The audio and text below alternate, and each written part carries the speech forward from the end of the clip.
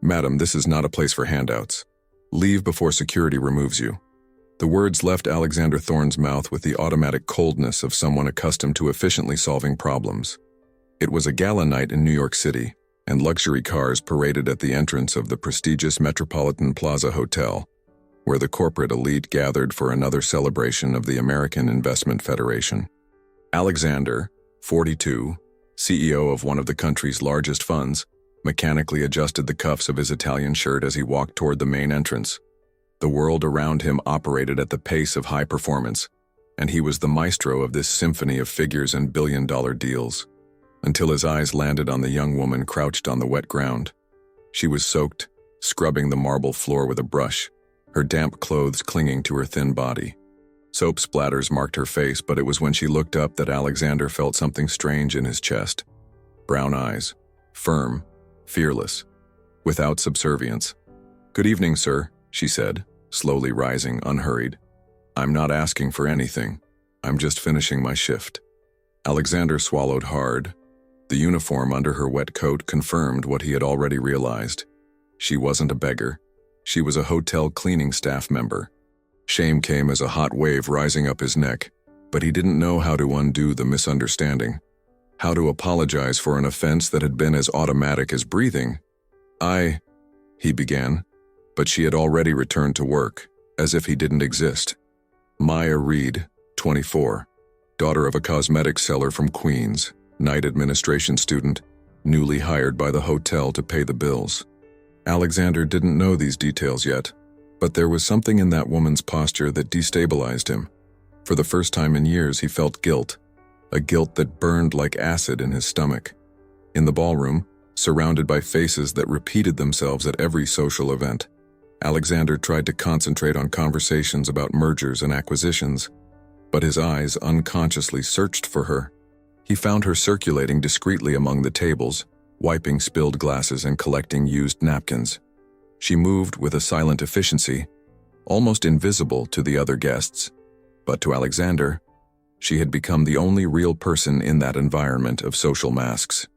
During a break between speeches, he approached the backstage area, where she was organizing cleaning supplies. "Excuse me," he said, his voice lower than usual. "I'd like to apologize for the misunderstanding at the entrance."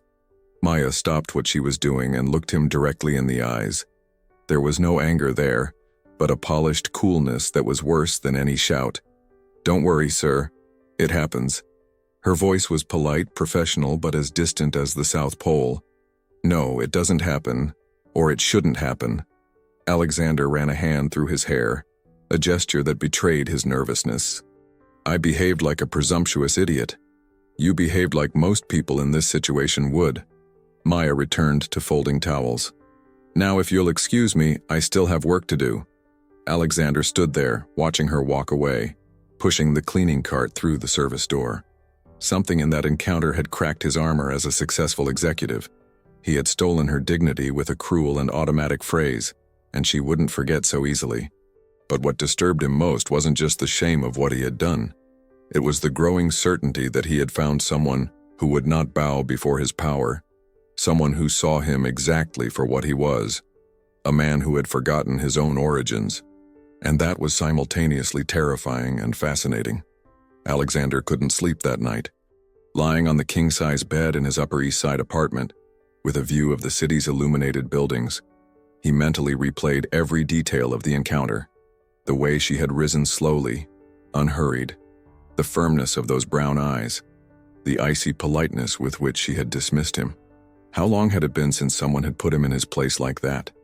The next morning, during the weekly board meeting, Alexander found himself distracted. While the chief financial officer presented the quarterly numbers, his mind kept returning to the same image: the young woman scrubbing the wet floor, indifferent to outside judgment. "Alexander?" Eleanor Vance's voice, the legal director, brought him back to reality. "What do you think of the expansion proposal for the Midwest?" "Sorry, I was thinking about something else." He adjusted his tie, an automatic gesture when he felt exposed. "Could you repeat the details?" After the meeting, Alexander did something he had never done before.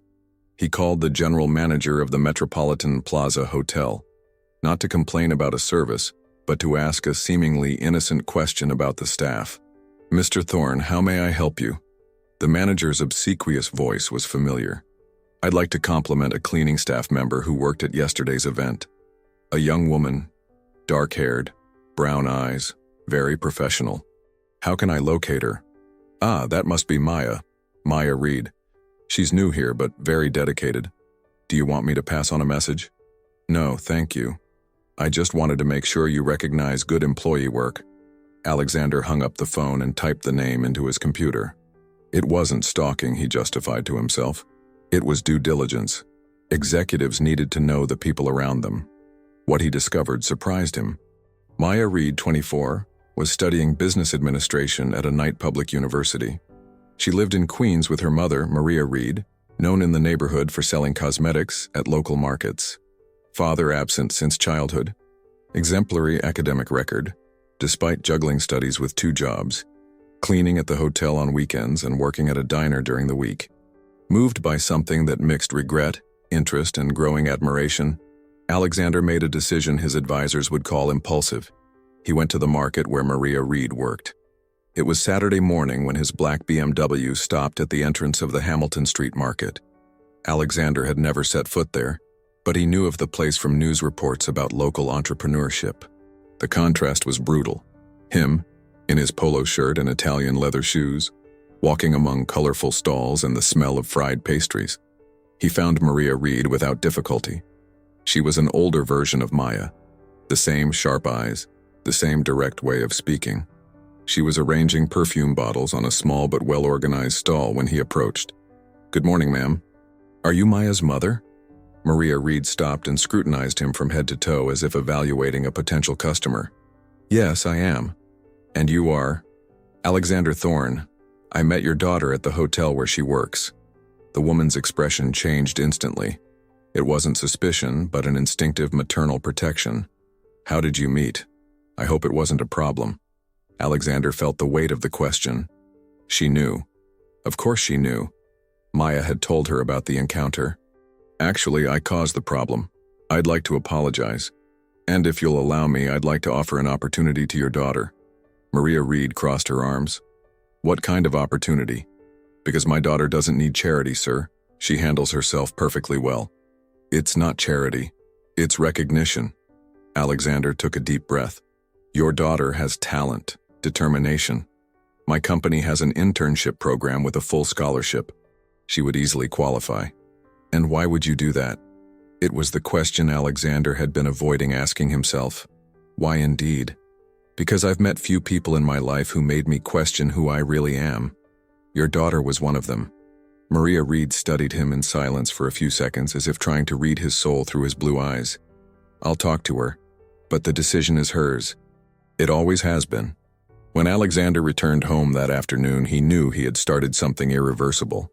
He didn't know yet if it would be a redemption or a complication, but for the first time in years, he felt he was doing something that truly mattered. What he didn't imagine was that Maya had already made her decision even before knowing about the offer. He came here? To the market?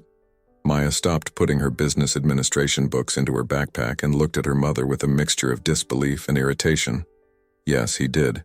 In a BMW and everything. Maria Reed continued organizing perfume bottles on the dresser in the small room they shared. "But it's not what you're thinking, daughter." "I'm not thinking anything, Mom," Maya lied. In fact, her mind had been racing since she got home and found her mother with that thoughtful expression she knew so well. "Yes, you are. You always get that look when you're angry and trying not to show it." Maya threw herself onto the bed, staring at the peeling ceiling of the 2-room apartment where they had lived for 5 years. It was Monday night. She had just arrived from college and still had to review material for her Wednesday exam. The last thing she needed was to think about the arrogant CEO who had humiliated her on Friday. "Tell me exactly what he said." Maria Reed sat on the edge of the bed and repeated every word of the conversation. Maya listened in silence, analyzing every detail as she did with case studies in college. "And you believe him?" she asked when her mother finished. "Look, daughter, I've been selling perfume for 15 years. I know when someone's trying to pull a fast one on me." Maria Reed adjusted her gray hair. This man wasn't lying. He was embarrassed, that's for sure. Embarrassed or pitying? Is there a difference? Maya was silent. There was a difference, yes. Pity was disguised condescension. Shame was recognition of error. And if Alexander Thorne truly felt shame for what he had done, perhaps there was a real opportunity there. Not out of charity, out of strategy. Do you think I should accept? She asked, already knowing the answer. I think you've always known how to spot an opportunity when you saw one. Maria Reed smiled. Remember when you were 12 and convinced the butcher to let you do his bookkeeping in exchange for a discount on purchases? This is different, Mom.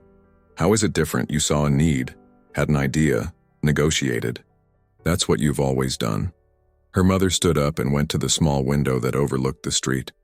The only difference is that now the opportunity has a name and a last name. Maya knew her mother was right. She had been born with a keen instinct for identifying opportunities, perhaps because survival always depended on it, and this was an opportunity too big to ignore, regardless of what she thought about Alexander Thorne as a person. On Tuesday, she called the number her mother had written down. Alexander Thorne. His voice on the phone was different from what she remembered. Less arrogant, more hesitant. Mr. Thorne, this is Maya Reed. My mother said you wanted to talk to me. Maya. The surprise and relief in his voice were evident. Yes, I'd love to. Can we arrange a meeting? Wherever is best for you. At your company, tomorrow after classes, 8 o'clock in the evening. Perfect. I'll be waiting at the reception. When Maya hung up, she felt a mixture of nervousness and determination. She wasn't doing this for him, but for herself. For all the sleepless nights studying while scrubbing floors to pay the bills. For all the disdainful looks she had received because of her address. For all the times she had proven herself capable, even when no one believed. On Wednesday night, she walked through the marble corridors of the corporate building with the same posture she had used on gala night. Upright, confident, indifferent to the curious glances of the security guards and the receptionist. Alexander was waiting nervously, fiddling with his shirt cuffs. When he saw her, he smiled with a mixture of relief and anxiety. Thank you for coming. He gestured toward the elevators. Can we talk in my office? I prefer right here. Maya indicated the armchairs in the reception area. What I have to say won't take long. Alexander seemed surprised, but sat down. Maya remained standing. I accept your offer, she said without circumlocution, but with two conditions. Go ahead. First, I want to work in a department where I can truly make a difference. I don't want a ceremonial internship in marketing or human resources. And where would that be? In the Corporate Ethics Committee. Alexander blinked twice, clearly not expecting that answer. May I ask why? Because it's where you ensure that companies like yours don't step on people like me. Maya crossed her arms. And what's the second condition? What's the second condition? That you never again mention this meeting as a personal favor. From tomorrow on, I am an employee who earned this position on merit. Understood? Alexander looked at her for a long moment. And for the first time since they met, she saw something akin to respect in his eyes. Understood. He extended his hand. Welcome to the team, Maya. She shook his hand firmly, knowing she had just changed the course of her own story. What she didn't know was that she was also about to change his. The Corporate Ethics Committee was on the 12th floor, 3 floors below the executive leadership. It was a quiet, almost forgotten department where few employees circulated and conversations happened in whispers. Maya discovered this on her first day, when Susan Adams, the department coordinator, greeted her with a formal smile. So you're the new assistant. Susan, a 50-year-old woman with reading glasses and her hair in a perfect bun, leafed through Maya's resume. Night administration, customer service experience, interesting. May I ask what my specific role will be? Maya kept her tone professional. Basically, you'll help me with screening anonymous complaints, organizing documents, and supporting internal investigations. Susan pointed to a small desk in the corner of the room. Nothing too complex at first. Maya nodded, but she already knew she didn't intend to stay, at first, for long. In the first few days, she observed more than she spoke. The committee received an average of 5 complaints a week. Workplace harassment, favoritism, misuse of company resources. Most were filed after superficial investigations. Very superficial. Why was this case closed? She asked on Thursday, pointing to a report about alleged embezzlement in the marketing department. Lack of conclusive evidence, Susan replied without looking up from her computer. But it says here the investigation only lasted 2 days. How could it be conclusive? Susan stopped typing and looked at Maya with an expression that mixed patience and warning. Maya, you've been here for 3 days. You need to understand how things work before questioning established processes. That night, during her class break, Maya called her mother. How were your first few days, daughter? Enlightening. Maya was sitting in the university cafeteria, watching classmates study in groups. I think I'm going to learn a lot about how not to do things. Is that good or bad? I don't know yet. What Maya didn't know was that her presence had already been noticed by other departments, especially by Scarlett Hayes, senior marketing manager, who had made a point of asking about the new employee on the 12th floor during Friday's happy hour. Who brought her in? She asked casually to Eleanor Vance, the legal director.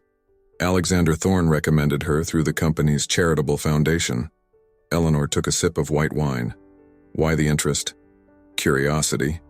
Scarlett smiled, but her eyes remained cold. It's rare to see outsiders going straight into the ethics committee. Eleanor nodded distractedly, but Scarlett was already planning to find out more about the new employee who had appeared out of nowhere. Meanwhile, 3 floors above, Alexander tried to concentrate on quarterly reports, but found himself wondering if he had made the right decision. Not about Maya, he was sure about that, but about exposing her to the corporate environment without properly preparing her. The following Monday, he went down to the 12th floor for the first time in 2 years. Susan, how's our new assistant doing? He asked, trying to sound casual. Maya is dedicated, asks a lot of questions. Susan chose her words carefully. Perhaps she needs some time to adapt to our culture. Alexander looked at Maya, who was organizing documents with the same concentration he had observed on gala night. She looked up and greeted him with a polite, professional nod. Nothing more. I'm sure she'll adapt perfectly, Alexander said. But as he returned to his floor, a growing uneasiness settled in his chest. He had placed Maya in an environment that might not be as neutral as he had imagined. What if she discovered things even he didn't know about his own company? The answer to that question would come sooner than he expected. Maya found the discrepancy in her 3rd week of work, during one of the times Susan had left for a meeting and she was alone in the department. It was a complaint filed 2 months earlier. A financial department employee claimed his supervisor was approving personal expenses as company costs. The investigation report was too brief. 3 lines. Investigation conducted. No evidence found. Case closed. Maya frowned. Where were the attachments? The bank statements? The witness interviews? Following her instinct, she accessed the internal system and cross-referenced the dates mentioned in the complaint with expense records. How interesting, she murmured to herself. On the computer screen, 3 transactions stood out. A $890 dinner on the same day the supervisor was on vacation in Napa Valley. A $450 private medical consultation logged as client meeting. A $1,200 language course classified as business training. Finding anything interesting? Maya turned quickly. Susan was standing in the doorway, with an expression that wavered between curiosity and discomfort. I was reviewing this closed case. Maya pointed to the screen. It seemed something might have been overlooked in the initial investigation. Susan approached, looked at the screen, and sighed. Maya, I need to tell you something. She pulled up a chair and sat beside her. This job isn't about finding culprits everywhere. It's about maintaining balance. Balance? This company has 5,000 employees. If we start scrutinizing every penny spent, we'll spend all day investigating minor slips. Susan spoke in a didactic tone, as if explaining something obvious. The supervisor in question resigned last week. The problem solved itself. But what about the money? What money? It's $2,500. For a company our size, it's irrelevant. Maya felt something burn in her chest. $2,500 was 3 months' rent for the house she shared with her mother. It was the value of 6 full grocery baskets. Irrelevant to whom? I understand, she said, saving the file. I was just trying to better understand the procedures. Good. It's important to know the processes, but it's also important to know when not to stir up a hornet's nest. When Susan returned to her desk, Maya looked at the computer screen. She couldn't stop thinking about the ease with which $2,500 had been ignored. How many other irrelevant cases were filed away in those drawers? That night, during her business law class break, she called Maria Reed. "Mom, can I ask you a hypothetical question?" "Of course, daughter." "If you found out someone was stealing but everyone around pretended not to see, what would you do?" Maria Reed was silent for a few seconds. "Depends, right? If it's at the market, I'd report it right away. Because stealing is stealing no matter the amount." She paused. "But if it's at work, then it gets complicated." "Why are you asking?" "Academic curiosity." "Maya Reed, I gave birth to you. Don't give me that academic curiosity stuff. You found something, didn't you?" Maya smiled. Her mother really knew her too well. "Maybe, but I still don't know what to do with what I found." "Well, you've always been stubborn. You'll end up doing what you think is right no matter what I say." Maria Reed chuckled. "Just be careful not to make enemies in your first month on the job." When Maya hung up, she knew her mother was right. She was going to do what she thought was right. The question was to figure out the right way to do it. Maya's decision came the following Friday when she discovered the fourth case filed with the same superficiality. This time, it involved an HR employee who was allegedly altering time clock records for relatives hired by the company. Maya couldn't pretend not to see anymore. At 6:30 p.m., when the 12th floor was empty, she prepared a detailed report with the 4 cases she had reviewed. Data, evidence, amounts, dates. Everything organized with the same precision she used for her college assignments. On Monday morning, she asked to speak with Susan. "I prepared an analysis of the cases closed in the last 8 weeks." Maya placed the report on the desk. "I believe some deserve to be reopened." Susan looked at the 10-page document and sighed deeply. "Maya, we talked about this. You can't just keep reviewing the department's entire history." "I'm not reviewing the entire history. Just cases that show clear evidence of irregularities." Maya kept her voice firm. "As a corporate ethics committee employee, isn't it my duty to report this? Your duty is to follow your supervisor's instructions." Susan closed the report without reading it. "And I'm instructing you to file this and focus on current demands." "What if I take it directly to the legal department?" The silence that followed was tense, like a rope about to snap. "You would do that?" Susan asked, her voice dangerously low. "If necessary, yes." Susan stood up, walked to the window, and stood with her back to Maya for a few seconds. "You don't understand how things work here," she said, still looking out. "This company has a reputation to uphold. We can't create internal scandals over minor slips. Minor slips that add up to over $15,000 in 4 cases. Maya also stood up. "How much is a major slip then?" "You're being naive. And you're being complicit." The words came out before Maya could filter them. Susan turned slowly, her face red with indignation. "How dare you accuse me of—" "I'm not accusing anyone," Maya interrupted, but her voice trembled slightly. "I'm just doing my job. Your job is whatever I say it is. And if you don't understand that, maybe this isn't the right place for you." Maya picked up her bag and the report. "Maybe you're right," she said, walking toward the door, "but I'll find out what the right place is." 10 minutes later, she was on the 15th floor, asking to speak with Eleanor Vance. The legal director's secretary, an elegant woman with white hair, looked at her curiously. "Do you have an appointment?" "No, but it's about an urgent matter from the Corporate Ethics Committee." "Please wait a moment." As she waited, Maya felt her heart race. She was burning bridges, possibly destroying her own career before it even began. But there was something bigger at stake than her professional stability. "Ms. Vance can see you now." The secretary indicated the double-glass door. Eleanor Vance was a 60-year-old woman, with impeccably styled gray hair and a gaze that seemed capable of seeing right through people. She gestured for Maya to sit down. "How can I help you?" "Ms. Vance, my name is Maya Reed. I'm an assistant in the Corporate Ethics Committee. I'd like to report some irregularities I've identified in closed cases." Eleanor raised an eyebrow. "Is Susan Adams aware of this?" "She is. She instructed me not to proceed with the investigation." "And yet here you are." "Yes." Eleanor extended her hand. "Show me what you have."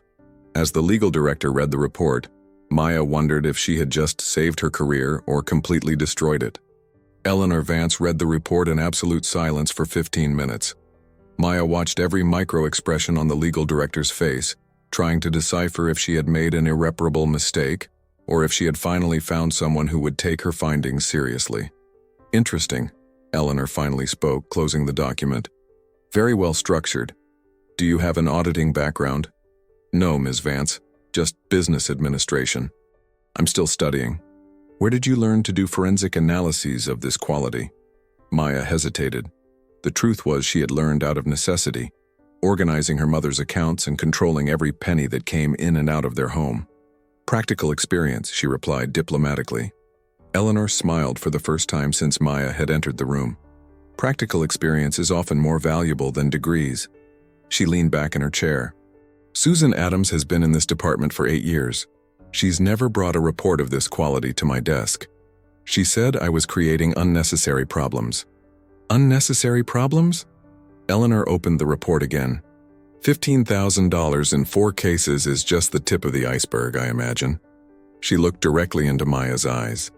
Do you have any idea what you're doing? My job? No. You're tampering with structures that might not want to be tampered with. Eleanor stood up and walked to the window. Some people in this company might not like your dedication. Are you discouraging me from proceeding? Eleanor turned, and Maya saw something she didn't expect, a glint of approval in her experienced eyes. On the contrary, I'm warning you so you know what you're getting into. She returned to the desk. I'm going to investigate these cases personally, and I want you to work directly with me on this. What about Susan? Susan will be redirected to other duties. Eleanor typed something on her computer. As of today, you report directly to me. New title, Junior Compliance Analyst. Maya felt a mixture of relief and apprehension. Ms. Vance, may I ask why you're trusting me?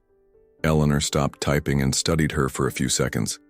3 years ago, I received an anonymous tip about irregularities in the ethics department. I could never prove them because I didn't have solid evidence. She tapped Maya's report. Now I do. You suspected Susan? I didn't suspect, I knew. But knowledge without proof is just opinion. Eleanor leaned forward. You brought me the proof. That afternoon, as Maya organized her new desk on the 15th floor, she received a call from Susan. You have no idea what you just did. Her voice was filled with suppressed anger. I did my job. You destroyed your own career. No one in this company will trust you after this. Then maybe I'm working with the wrong people. When she hung up, Maya felt her hands tremble slightly. She had burned an important bridge, but something told her she had found a much more powerful ally on the other side. What she didn't know was that Scarlett Hayes had heard rumors about the department change for Alexander Thorne's protégé, and was already planning her next move. In the corporate war that was about to begin, Maya had just chosen a side. It remained to be seen if it was the winning side. Scarlett Hayes waited 2 weeks before delivering the first blow. 2 weeks observing Maya circulating through the corridors in her new position, accompanying Eleanor to important meetings, being respectfully greeted by other directors. 2 weeks planning the perfect strategy.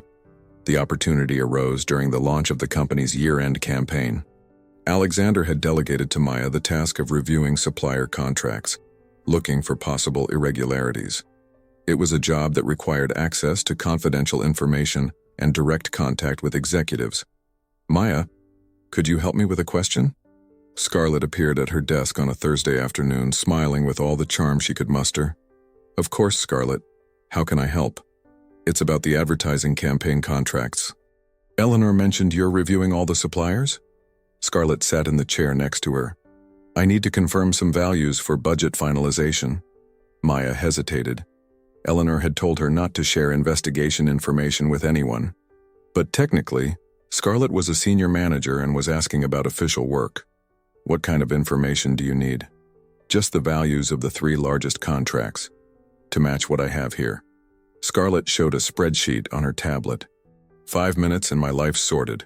Against her instinct, Maya opened the files and confirmed the numbers. Scarlett thanked her effusively and left, leaving an expensive perfume in the air. What Maya didn't know was that Scarlett had recorded the entire conversation. The following Friday, an anonymous complaint reached the Corporate Ethics Committee. now under Eleanor's direct supervision. The content was explosive. It alleged that Maya was leaking confidential investigation information to third parties, creating a conflict of interest due to her personal relationship with Alexander Thorne. Eleanor called Maya into her office on Monday morning. "I need to ask you some questions." Her tone was serious, almost cold. "Did you share information about ongoing investigations with anyone?" "No," Maya answered immediately, but then remembered. "Wait, last Thursday Scarlett asked me about some contract values, but it was to check the budget, not about an investigation." "What values specifically?" Maya recounted the conversation. Eleanor wrote everything down, showing no emotion. "Maya, I want you to understand the seriousness of the situation." Eleanor closed her notepad. "This information appeared in an anonymous complaint, alleging that you are being favored due to your proximity to Alexander." "Proximity?" Maya felt her blood run cold. "What proximity?" "The complaint alleges that Alexander brought you here for personal, not professional reasons, and that you are returning the favor by leaking information." "That's a lie." "I know it is." Eleanor sighed. "But I cannot ignore a formal complaint. I'll have to temporarily suspend you until we clarify everything." Maya felt her world collapse. In 3 weeks, she had gone from assistant to analyst to corruption suspect. For how long? "I don't know." Eleanor seemed genuinely uncomfortable. "I'm sorry, Maya, but I have to follow protocol." That night, Maya called her mother, crying. "Daughter, what happened?"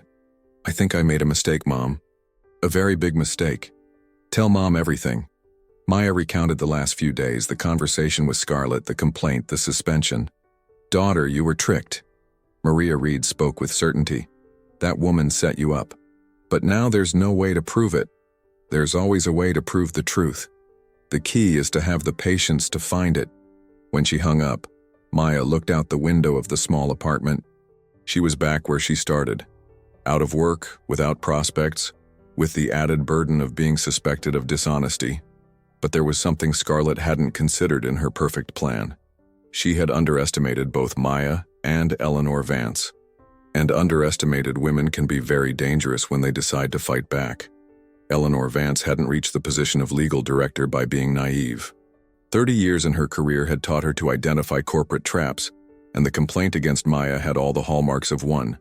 Too specific, too convenient, and with information that few people could possess. While Maya spent her 3rd day of suspension studying for final exams and helping her mother at the market, Eleanor conducted her own investigation. She began by analyzing who had access to the information mentioned in the complaint.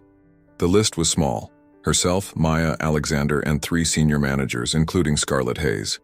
On Thursday, Eleanor did something she hadn't done in years. She stayed late at the office, not to work, but to observe. At 9:30 p.m., when the building was almost empty, she saw Scarlett exit the elevator on the 15th floor. "Scarlett?" Eleanor appeared in the hallway. "Did you forget something?" Scarlett jumped, clearly not expecting to find anyone.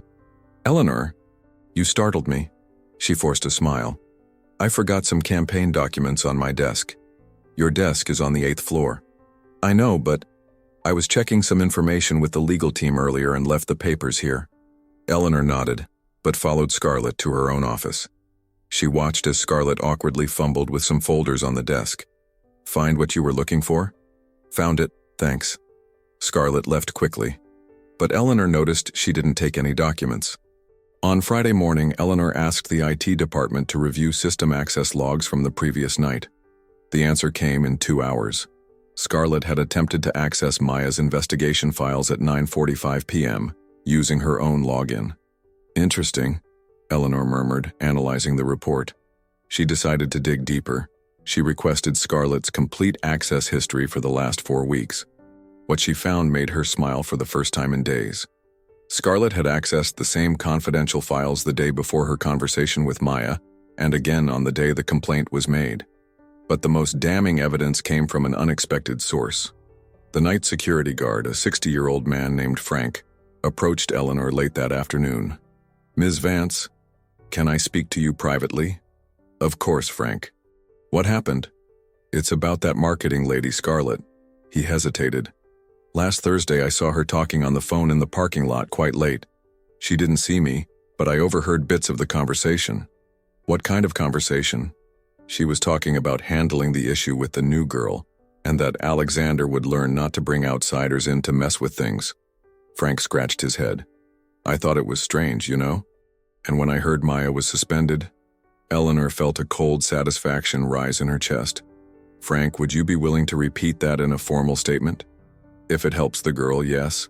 She's always been polite to me, unlike others. That night, Eleanor called Maya. Can you come in tomorrow morning? I have news. Good or bad? Very good. On Saturday, in the empty office, Eleanor showed Maya all the evidence. The unauthorized accesses, the attempted breach, the security guard's testimony. Scarlett fabricated the complaint using information she herself obtained illegally. Eleanor organized the documents. She set a perfect trap for you, or almost perfect. Maya felt a mixture of relief and anger. What do we do now? Now? Eleanor smiled. Now we return the favor. But there was a complication neither of them had foreseen. Alexander had found out about Maya's suspension, and driven by a sense of protection he himself didn't fully understand, was about to take action that could complicate everything. The corporate war was far from over. Alexander found out about Maya's suspension by chance, during a conversation in the elevator between two HR employees. The words Alexander's protégé and conflict of interest hit his ears like punches to the stomach. Without thinking twice, he marched straight to Eleanor's office. Why wasn't I told about Maya? His voice was agitated, mixing concern and indignation. Eleanor looked up from the documents she was organizing. Precisely the evidence against Scarlett. Because it's an internal legal department process. Her answer was carefully measured. Internal process? She's being investigated for allegedly favoring me. I'm part of this. Alexander, sit down. Eleanor gestured to the chair. I need to tell you a few things. As Eleanor recounted Scarlett's trap and the evidence found, Alexander felt a complex mixture of anger and guilt growing in his chest. So, my decision to bring Maya here put her in danger. He ran his hands through his hair. I created this. You created an opportunity. Scarlett created the problem. Where is she now? Maya? At home, awaiting the investigation's outcome. I'm going to talk to her. Alexander, no. Eleanor stood up quickly. If you show up at her house now, it will lend credibility to the complaint. Let me handle this the right way. But Alexander was already heading for the door. I can't let her pay for my mistake. 2 hours later, Alexander stood in front of the simple building where Maya lived, in her Queens neighborhood. It was Saturday afternoon, and children were playing in the street while adults chatted on the sidewalks. He had never felt so out of place. Maya came down to meet him at the gate, clearly surprised and uncomfortable. Alexander, what are you doing here? I heard what happened. I came to apologize. Apologize for what? For putting you in this situation, for not foreseeing that my decision could harm you. Maya studied him for a few seconds. She was wearing simple clothes, her hair in a ponytail, no makeup. It was the first time he had seen her outside the corporate environment, and she seemed even more real, more grounded. Alexander, can I ask you a question? She crossed her arms. Why did you really bring me to your company? Because you're competent, determined. No, she interrupted him. The truth. Why did you bring me? Alexander was silent, fighting an honesty he himself didn't fully understand. Because when I met you for the first time in years, someone saw me for who I really am. Not as a CEO, not as money, not as power. He looked at the ground, as a man who had forgotten where he came from. And where did you come from? Alexander pointed vaguely to the horizon. From here, from a place like this. Except I spent the last 20 years trying to forget it. Maya felt something stir in her chest, but she kept her guard up. Alexander, you can't save me every time someone tries to knock me down. If I accept that protection, I'll prove them right about me. I'm not trying to save you, I'm trying to save myself. The raw honesty of the confession caught Maya off guard. From what? From becoming the kind of person who humiliates an employee at a hotel entrance and thinks that's normal? Maya noticed tears in his blue eyes, and for the first time since they met, she saw Alexander Thorne not as a powerful executive, but as a lost man trying to find his way back home. Eleanor will handle this, Alexander. She already has the evidence against Scarlett. How do you know? Because I spoke with her yesterday, and because I learned that sometimes the best strategy is to trust the right people. Alexander nodded but didn't move to leave. Maya, yes?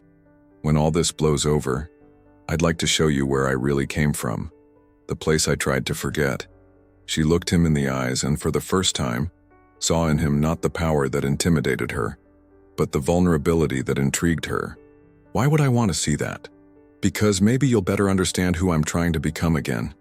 At that moment, standing on the sidewalk of the neighborhood that reminded him of his own forgotten childhood, Alexander realized he was no longer trying to impress Maya.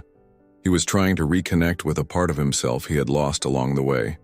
On Monday morning, Eleanor convened an extraordinary meeting of the executive committee. Alexander, still shaken by the weekend's conversation, tried to focus on the agenda, but his thoughts constantly returned to Maya. Before we begin regular business, Eleanor started, her voice firm and controlled, I need to address a serious matter related to the Corporate Ethics Committee. Scarlett, who was present as a senior manager, maintained a neutral expression, but Alexander noticed her hands lightly clench on her laptop. Last week we received an anonymous complaint against our analyst, Maya Reed. Eleanor opened a thick folder. After a complete investigation, we discovered that the complaint was fabricated and based on fraudulently obtained information. The silence in the room was deafening. The evidence shows that the complainant gained unauthorized access to confidential files, forged documents, and created a false narrative to harm an honest employee. Eleanor looked directly at Scarlett. Scarlett Hayes, do you have anything to declare? Scarlett tried to maintain her composure, but Alexander saw the exact moment her mask of control began to crack. I don't know what you're talking about, Eleanor. Her voice trembled slightly. This accusation is absurd. Eleanor placed the access logs, security footage, and Frank's testimony on the table. We have records of your unauthorized accesses to files, footage of you attempting to breach my office last Thursday, and a witness to your phone conversations planning to harm Maya. The color drained from Scarlett's face. This is a setup. She stood up abruptly. Alexander, you know I've always been loyal to this company. You won't let them destroy my career because of this opportunist. Alexander also stood up, but his voice was more controlled than he felt inside. Scarlett, the only opportunist in this room is you. He looked around the table. Maya Reed is the most honest employee I've met in years, and you tried to destroy her out of jealousy and pettiness. Jealousy? Scarlett laughed bitterly. Jealousy of some ghetto girl you brought in here to impress? The insult echoed through the room like a gunshot. Alexander felt anger rise like lava, but it was Eleanor who responded with deadly coldness. And now we know the true motive behind your actions. She closed the folder. Scarlett Hayes, you are dismissed for serious violation of the Code of Conduct, falsification of a complaint, and explicit prejudice against colleagues. You'll regret this. Scarlett picked up her bag with trembling hands. This company will find out who really matters here. When she left, slamming the door, Eleanor turned to Alexander. I want Maya back tomorrow. With a promotion. What kind of promotion? Compliance coordinator. She proved she has the vision we need. That afternoon, Alexander personally called Maya. The accusations have been dropped. Scarlett was fired. You're cleared. I know. Eleanor already called me. Maya's voice was lighter. Thank you for believing in me. Maya? Yes? Still want to see where I came from? There was a long pause on the other end of the line. When? Saturday. If you'd like. Okay, she said, and Alexander felt something warm in his chest. But only if you also take me to see where your mom sells cosmetics. Alexander laughed, a genuine laugh he hadn't felt in years. Deal. When he hung up, Alexander looked out his office window at the city below. For the first time in decades, he was excited to show someone not who he had become, but who he had always been beneath the expensive suits and important titles. And for the first time in his career, a second chance seemed more valuable than a first impression. Alexander stopped the car on a dirt road in the far reaches of Queens, where simple houses huddled together and life unfolded on the sidewalks. It was Saturday morning and the smell of homemade bread mixed with the sound of children playing. It's here, he said, turning off the engine. Maya looked around, surprised. She expected anything but the naturalness with which he moved through the simple neighborhood. "You grew up here." "Until I was 15. Alexander pointed to a small house with a peeling blue gate. "That was my grandmother's house. I lived with her and my mom after my dad left." They walked slowly down the narrow street. Alexander greeted an older woman sweeping the sidewalk, waved to a man fixing bicycles in his garage. It was as if he had never left. "Maria!" A joyful voice interrupted them. A middle-aged woman approached, wiping her hands on her apron. "Alexander? My goodness, is that really you?" "Hi, Maria." Alexander smiled, a different kind of smile than Maya knew. More relaxed, more genuine. "How's the family?" "All well, thank God. And you? Heard you made it big." "Everything worked out, yes." He looked at Maya. "This is Maya, friend." Maria studied Maya with maternal eyes. "Pretty girl. And she looks like a good person." She turned to Alexander. "Your mother left some things stored here when she moved to the nursing home. If you want to get them." "Your mother is in a nursing home?" Maya asked when Maria walked away. "Alzheimer's."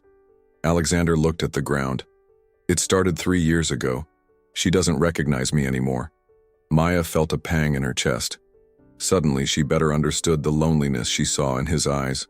They entered the small house where Maria kept a cardboard box with photographs, letters, and documents. Alexander flipped through the photos in silence. Him as a child, playing in the street. As a teenager, in a school uniform. As a young man, on graduation day. "Why did you stop coming here?" Maya asked, picking up a photo where he was smiling alongside 2 friends. "Shame." The answer came out more honestly than he intended. "When I got my first job at a big company, I thought I needed to forget all this to fit into the new world." "And did you fit?" Alexander chuckled humorlessly. "I fit so well I forgot who I was." They spent the afternoon visiting places from his childhood. The school he attended, the baseball court where he used to play, the bakery where his mother bought bread on credit when money was short. At each place, Alexander told a story, and Maya saw layers of his personality unfold. "Now I understand why you felt at home at my mom's market," she said as they drank soda at a simple diner. "How so?" "You weren't pretending to be humble. You were remembering how to be human." Late that afternoon, they visited Maria Reed at the market. Alexander helped organize the products while Maya watched the ease with which he talked to the other vendors, as if he belonged there. "Your boyfriend is a good guy," Maria Reed commented when Alexander went to get water. "He's not my boyfriend, Mom." "Not yet," her mother smiled. "But a man who returns to his roots without shame is a man worth having." When they returned to the car at the end of the day, Alexander looked different. Lighter, more present. "Thank you," he said. "For what?" "For giving me the courage to come back. Alone, I never would have been able to." Maya looked at him in the driver's seat, his shirt sleeves rolled up and a little dust on his expensive shoes. For the first time, she saw Alexander Thorne whole, the successful executive and the boy from the working-class neighborhood coexisting in the same person. "Alexander?" "Yes?" "You don't have to choose between who you were and who you've become. You can be both." He looked at her with an intensity that made her heart race. "And you? Can you accept both?" The question hung in the air between them, charged with possibilities neither of them was yet ready to name. But for the first time, both believed it might be possible. 3 months later, Alexander's company had become a national benchmark in corporate responsibility. The department directed by Maya was no longer just an arm of the company. It was its pulsating heart, influencing every decision, every investment, every internal policy.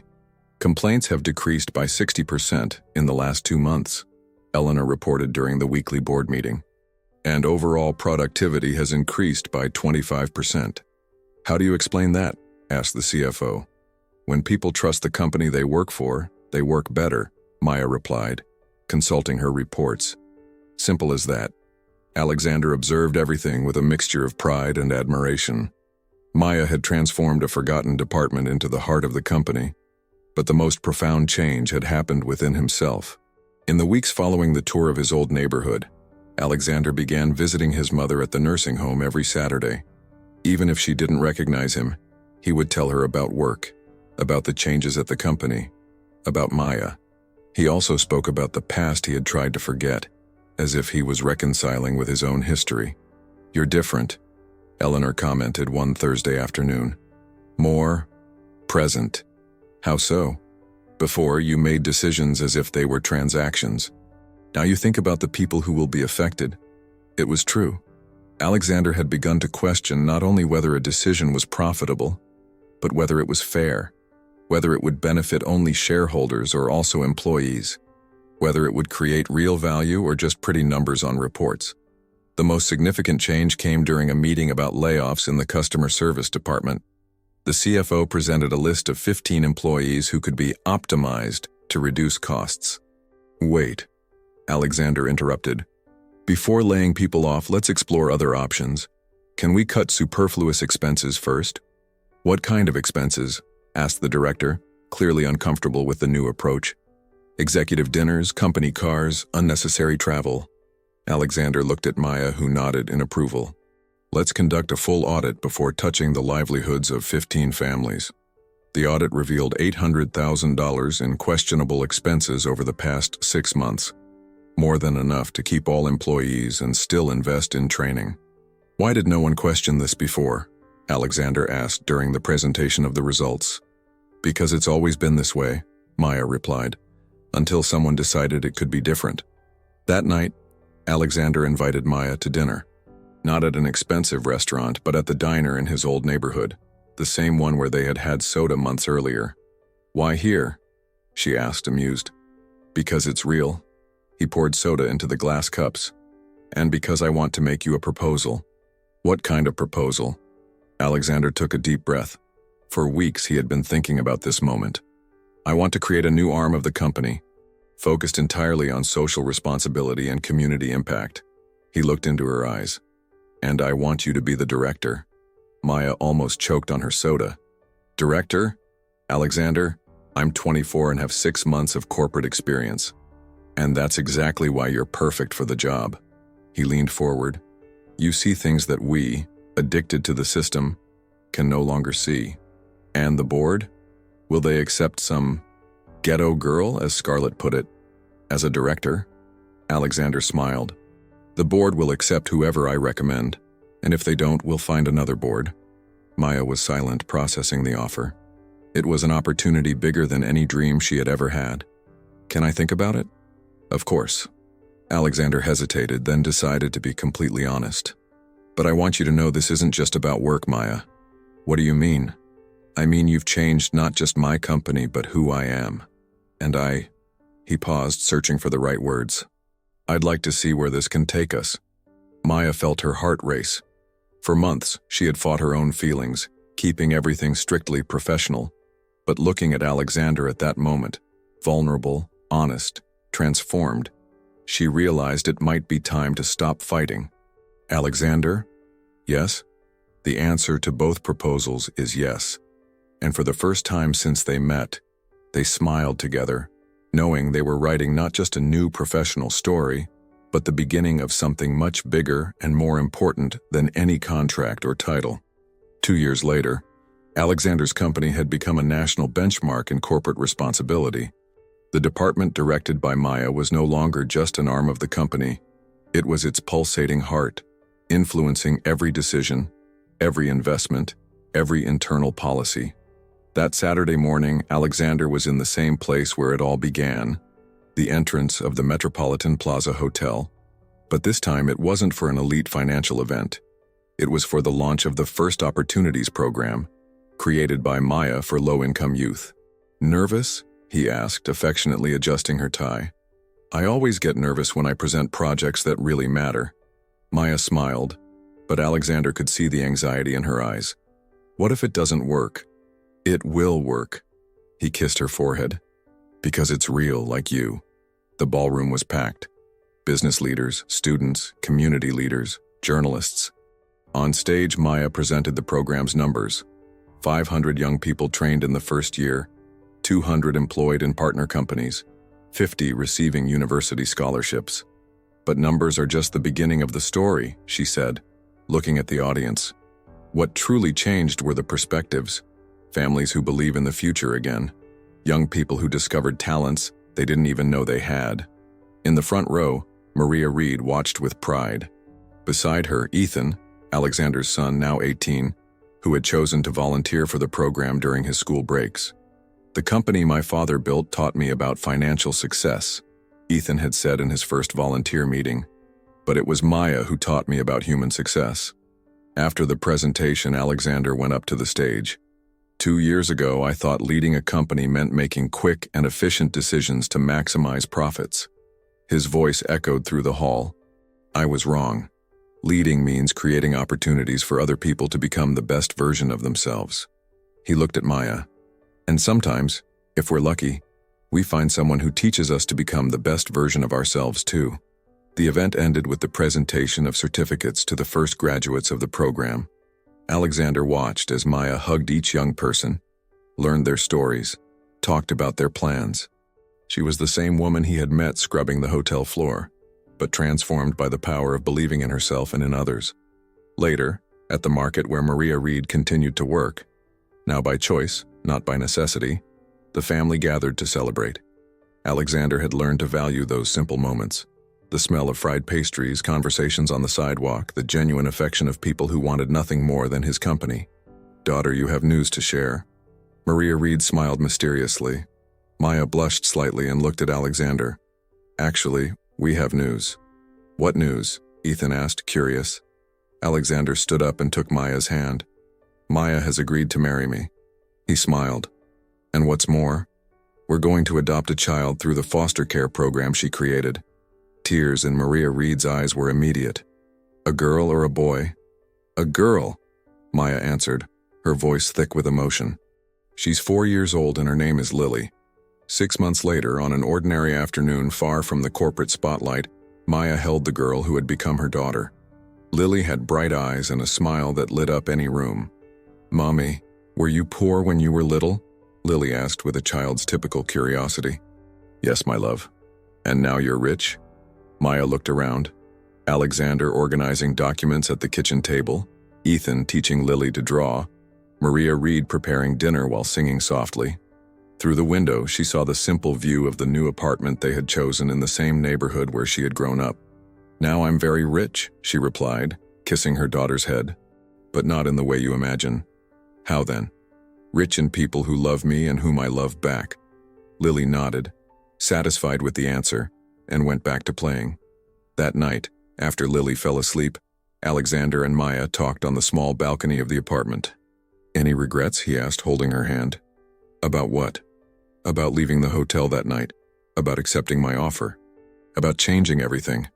Maya thought about the question, looking at the city lights stretching out before them. "You know what I learned?" she finally said. "Life isn't measured by the places we leave or where we arrive. It's measured by the people we meet along the way and the lives we manage to touch."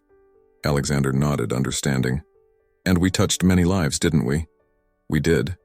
And we were touched too." As the city slept below, they remained silent, each lost in thoughts about the journey that had brought them there. Alexander, who had learned that true power lay in elevating others. Maya, who had discovered that her light didn't diminish when it illuminated the path of others. And Lily, sleeping in the next room, who would grow up knowing that her story began not with limitations, but with infinite possibilities.